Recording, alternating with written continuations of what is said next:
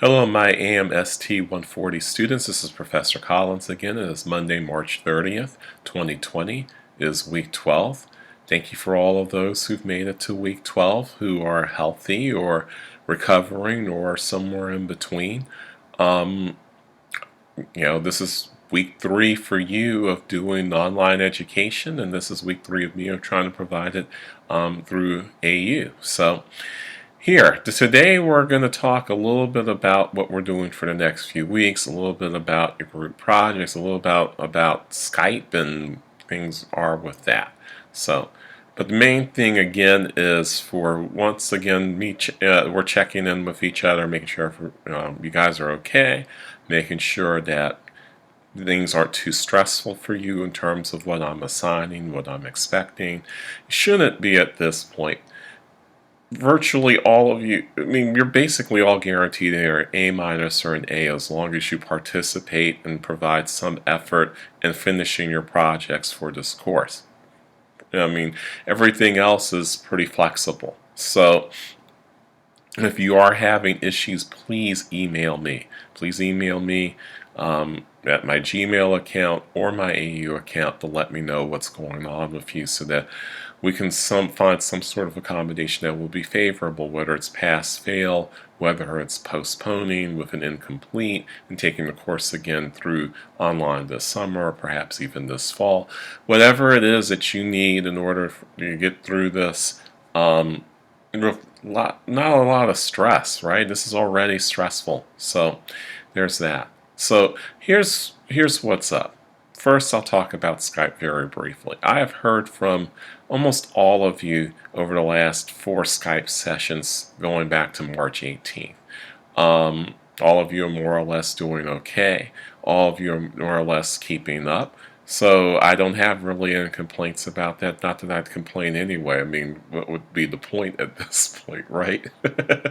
So there's that. So good. I'd like to keep more of this up.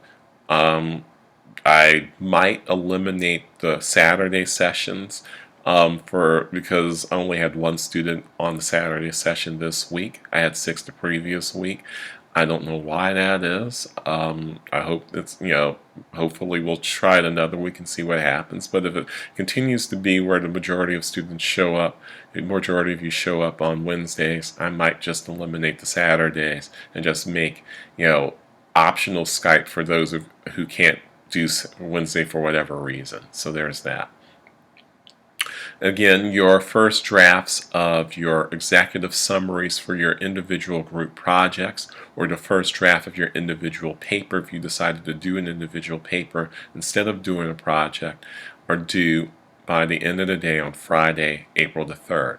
If you cannot meet this deadline for whatever reason, let me know. Again, I'm being very flexible with this.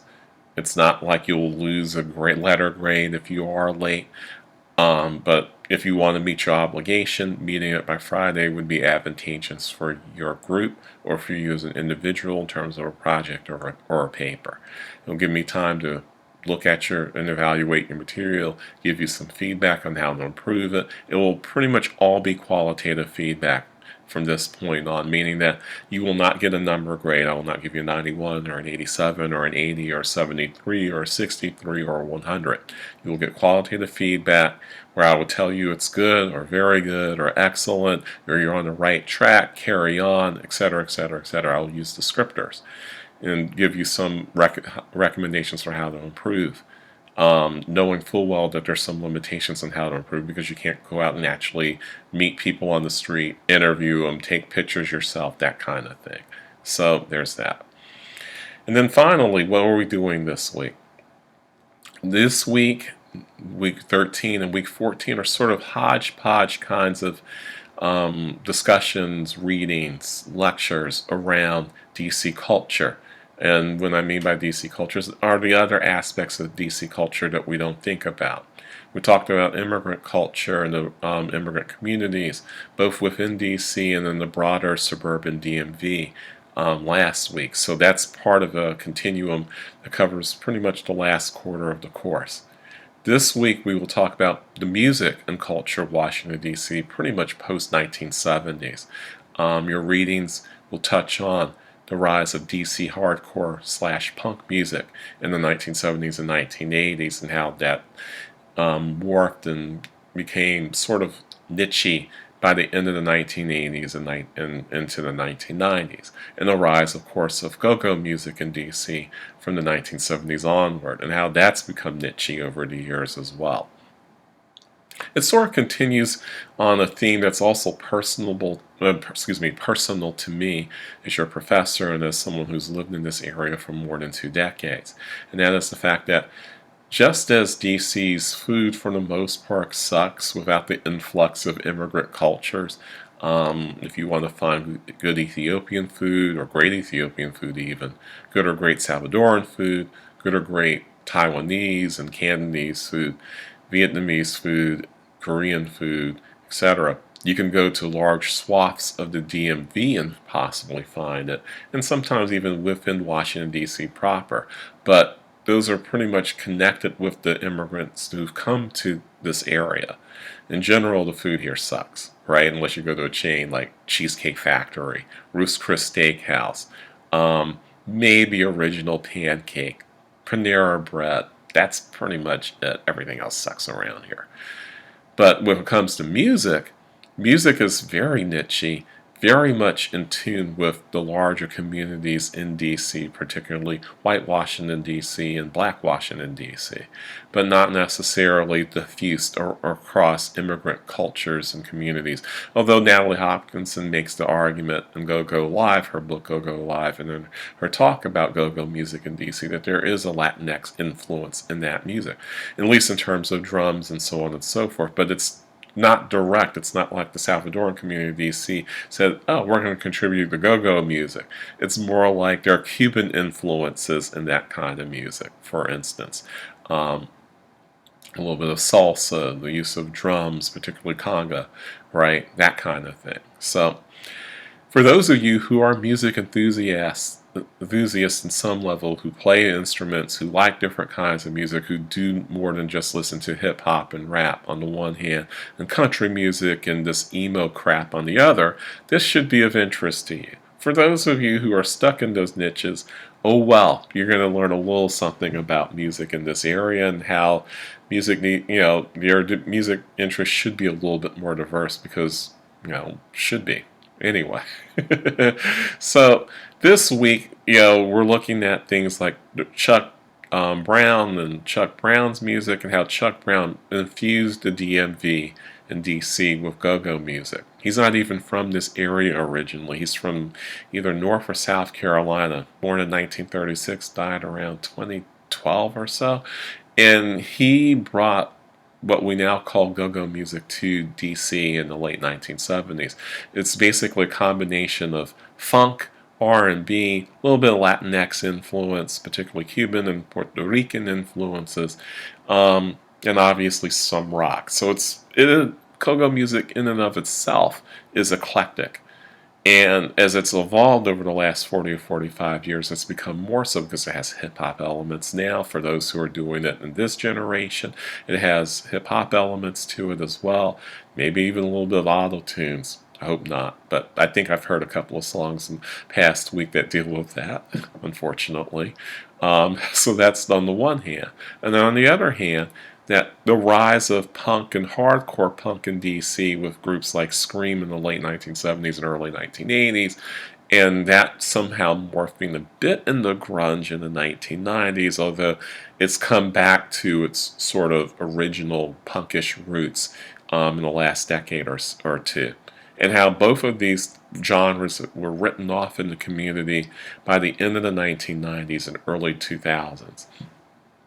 And they reflect really more than just about the music, but they reflect the times. Both genres are considered subversive and sort of non-traditional in terms of where the communities, both white Washingtonians were and black Washingtonians were in the 1970s and 1980s.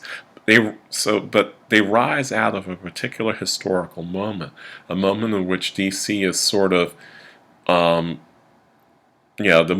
same moment that gentrification kind of rises out of, Marion Barry rises out of, and that's this era of post-1968 DC, devastated by riots and by uprisings, devastated by white flight and by the 1970s and 1980s, black middle class flight. And so the music reflects that sort of, where's this city going? It's a chocolate city, to be sure, but it's also a city that doesn't quite know where it's going yet. It might have the identity of being predominantly black, with most of Northwest Washington, D.C. being where white people live, right? But it's also a city that lends itself to people sort of raging against government, raging against the machine, testifying to the conditions under which people are living in poverty, and dealing with racism, dealing with other isms, that sort of thing. And so that's reflected in the music of Chuck Brown. That's reflected in the music of other go-go artists from the 70s and 80s and even the 90s. That's reflected in the punk music of Scream and other groups from the 1970s and 80s as well. And it is in fact subversive. So there's more to this than just playing music. But at the same time, it is music. However noisy punk may be in the 70s or 80s, however noisy and bass heavy go-go music is in the 70s and 80s and 90s, it's also a reflection of what people liked and went to clubs and listened to. And so if you were into punk in the 70s and 80s, if you were into go-go in the 70s and 80s, you went to the dozens of clubs where these acts were playing on U Street and in Logan Circle and parts of Northwest. Yes, even Tinleytown had punk music in the 1970s and 1980s. Yes, this rich, affluent area where everything's fine and blah, blah, blah. No, there was subversive music in your area too. And some AU students probably back then, 30, 40 years ago, were listening to this stuff as well and realizing, wow, there's this whole culture out here that represents sort of this left of center, maybe even leftist kind of thinking among white Washingtonians, and represents this kind of subversive thinking among African Americans who lived in the DMV at this point in time. So I encourage you to go to the link that I provided you to my YouTube site that deals with DC life in the monument, DC life inside the monument, and listen to some of this music, listen to these documentaries, watch them even. Don't have to watch them, all 58 minutes of this, no, 1 hour and 37 minutes of that. But it would be good for you to try to listen to some of it, get a bit of sample of it all. You get a sense of what we're talking about in terms of the music, in terms of the culture, and in terms of what the articles are talking about the significance of the rise of this, the fall of these things, and the resurrection of these things over the course of the last 40, 45 years or so. But that's pretty much it for this week, music. And as a note, music is a very good antidote for worry, for stress, for nightmares, for any number of things. Even sad music can be that for you. I've been listening to these YouTube videos from a musician, I guess his name is Chris Mann, about coronavirus in particular, and they're very funny.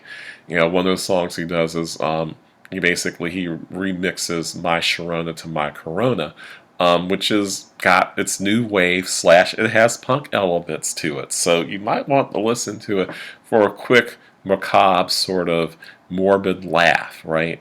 Of course, I would think it's funny because I'm old enough to actually remember when this song was out, because I am, after all, over 50, right? So there's that. But I encourage you for this week to really just listen to music, watch these snippets and clips from Hopkinson and Grohl and Chuck Brown and other folks talking about music and how music relates to a larger DMV and culture, and the times in which this music came out and its significance. And then that way we can discuss music and not just discuss history and culture and race and all these other more serious aspects to this music. So that's it. Hope to see you all virtually Wednesday and Saturday. Send me an email if you have any questions. Otherwise, carry on.